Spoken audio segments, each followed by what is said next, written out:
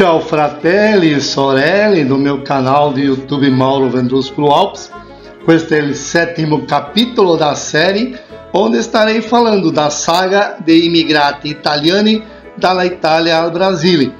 Hoje o enfoque está direcionado mais especificamente para as crianças, para os meninos e para as meninas, para os adolescentes, filhos dos imigrantes italianos que moravam nas colônias de imigração do sul do Brasil.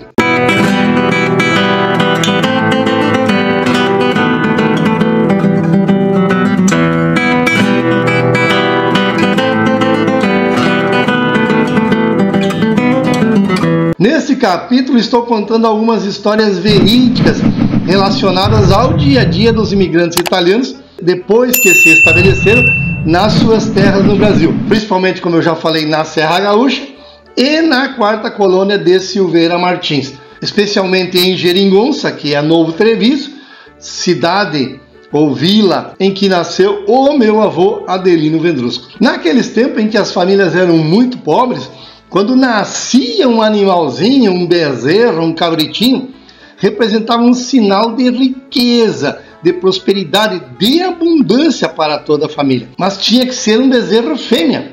Nono, o senhor vai ficar com o terneirinho? Ele é lindo. Não dá, filha, estamos com pouco capim e pouco milho, ou pasto verde.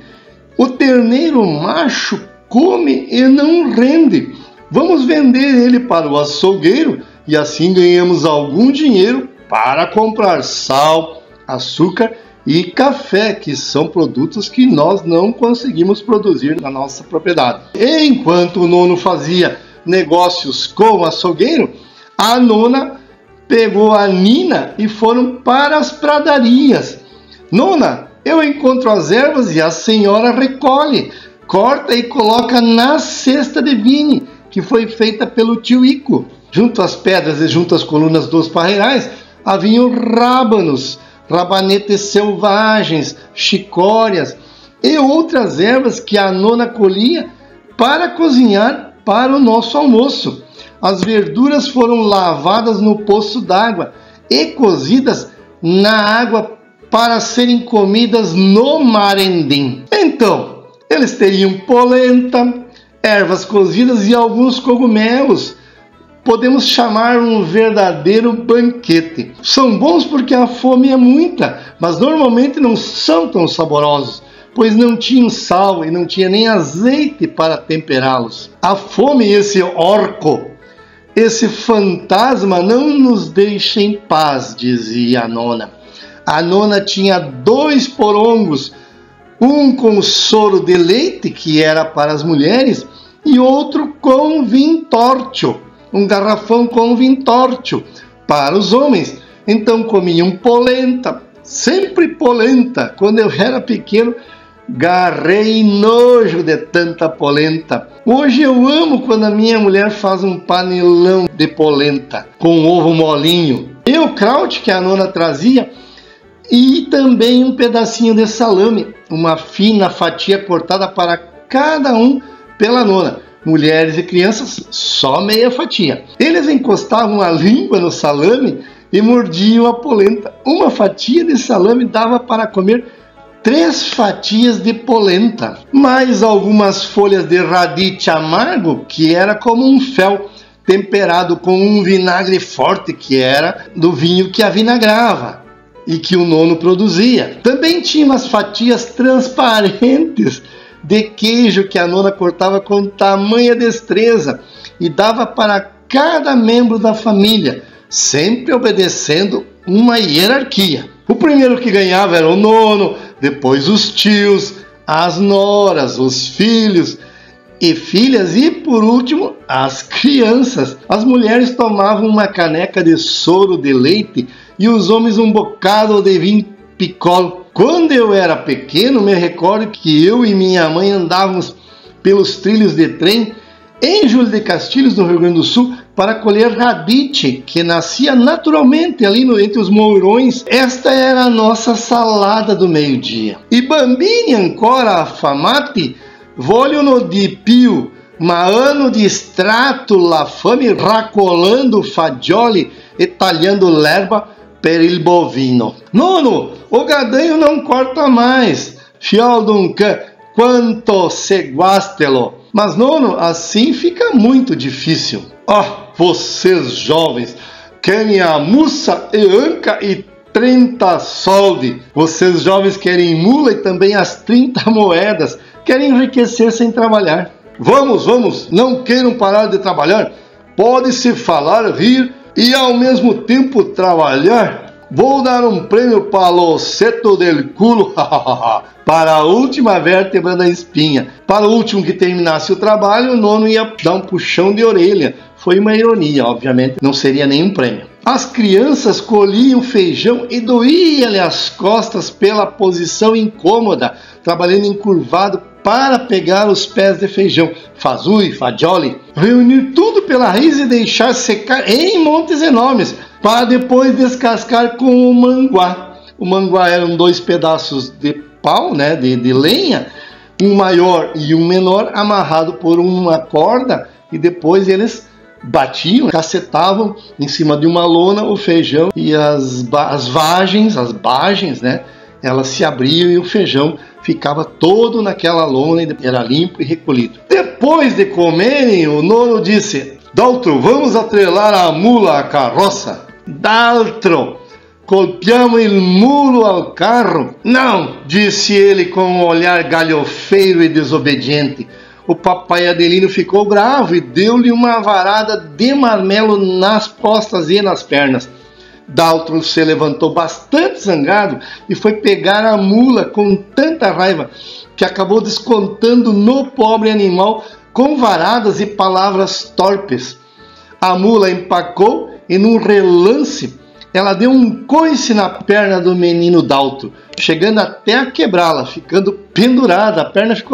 A parte que quebrou ficou pendurada. Nina, corre! Vamos levar o Daltro para dentro de casa e chama a dona Andoleta, que era uma justa ossi, uma arrumadeira de ossos, mulher baixinha, de ancas largas, alegre e decidida. Ela vestia um grande avental, ela chegou com um grande avental com vários bolsos, com tesouras, faixas, panos, barbantes. Ela olhou e disse: Poxa, quebrou os 2 ossos, ela disse à Madonna. Daltro gemia, bufava, agarrado ao travesseiro, chegando a se borrar nas calças. Ele se cagou, na verdade. El gacagá, caro mio, te tens saldo a bota. Ele se cagou, disse ela. Segure-o firme. Nina, vai até a cozinha e traz 4 ovos, 2 faixas de pano bem forte, da largura de uma mão. Andoleta retalhou 3 ripas de 30 centímetros de comprimento por 1 centímetro de espessura por 4 centímetros de largura. Em seguida fez uma ripa de pano com um lençol e untou-as com as claras dos 4 ovos que a Nina trouxe. Colocou dentro de uma bacia e untou esses panos. Ficou engomado, ficou duro, como se fosse gesso. Vejam bem. Segurem firme, ela dizia, é preciso que fique imobilizado. De tanta dor o Daltro desmaiou e a senhora conseguiu com as pontas dos dedos colocar os ossos perfeitamente no lugar. Ela fez isso e disse: Pronto, agora vocês devem cuidar bem dele até cicatrizar. A propósito, dopo 40 giorni, la gamba è stato incolata sulle ossa, ficando somente uma mancha escura onde o menino Daltro havia levado o coice da mula, mas esta marca também com o tempo desapareceu. Em tempo, a Madonna Andoleta não cobrou nada pelo serviço da perna, disse ela. É uma satisfação fazer o bem ao próximo. Mesmo assim, o nono Adelino deu-lhe de presente uma galinha de corte, não uma chocadeira, porque esta produzia alimento para a família, produzia ovos, pouco mais produzia. Nos domingos à tarde, as moças tagarelavam todas ao mesmo tempo, as meninas, adolescentes, faceiras, cantando músicas como El Massolin de Fiori. Aos poucos as vozes foram se firmando e aumentando o volume, e o coro começava a 3 vozes melodiosas, celestiais, retumbantes, enchiam os vales e montes, levando as suas ondas sonoras até os picos das altíssimas montanhas. Cantavam La Bella Violeta, La Dominica andando à messa. O povo ficava embevecido, ouvia as músicas. Assim as moças passavam as tardes nos domingos de verão em seu divertimento preferido.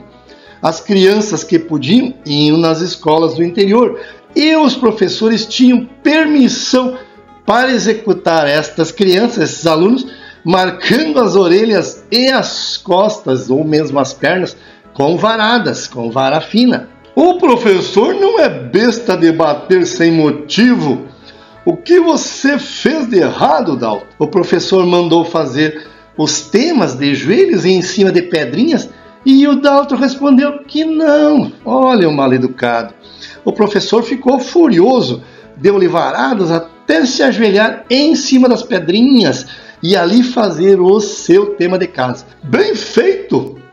É de pequeno que se endireita a árvore. É melhor que ele apanhe quando pequeno do que mais tarde apanhar da polícia. Mas eram varadas à torta e à direito. Pegava as crianças pela orelha e dizia: impara, sucom, aprende, seu cabeçudo.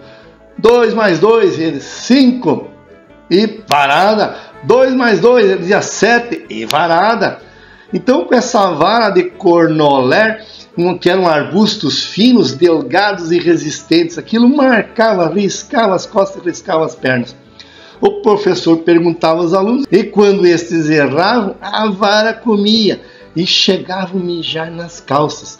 Certa vez uma menina, dura de cabeça, entre aspas, com orelhas enormes, não fez o dever de casa e os pais não sabiam ajudar ela a fazer porque eles eram analfabetos. O professor, que eu vou chamar de bode, a pegou pelas réteas, desnucando-lhe a orelha direita. Ela, depois de grande, deixava o cabelo comprido ou fazia um coque para o lado direito para esconder a orelha caída, que estava fora de enquadramento.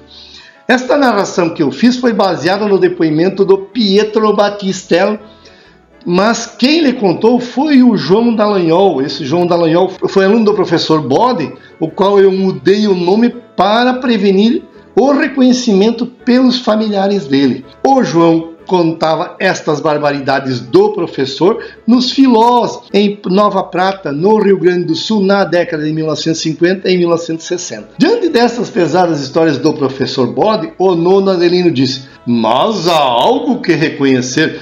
Quem estudou com o professor Bode aprendeu todas as lições. À noite, após o jantar e a reza e o terço, Nina ensinava as orações e o catecismo para as crianças da casa.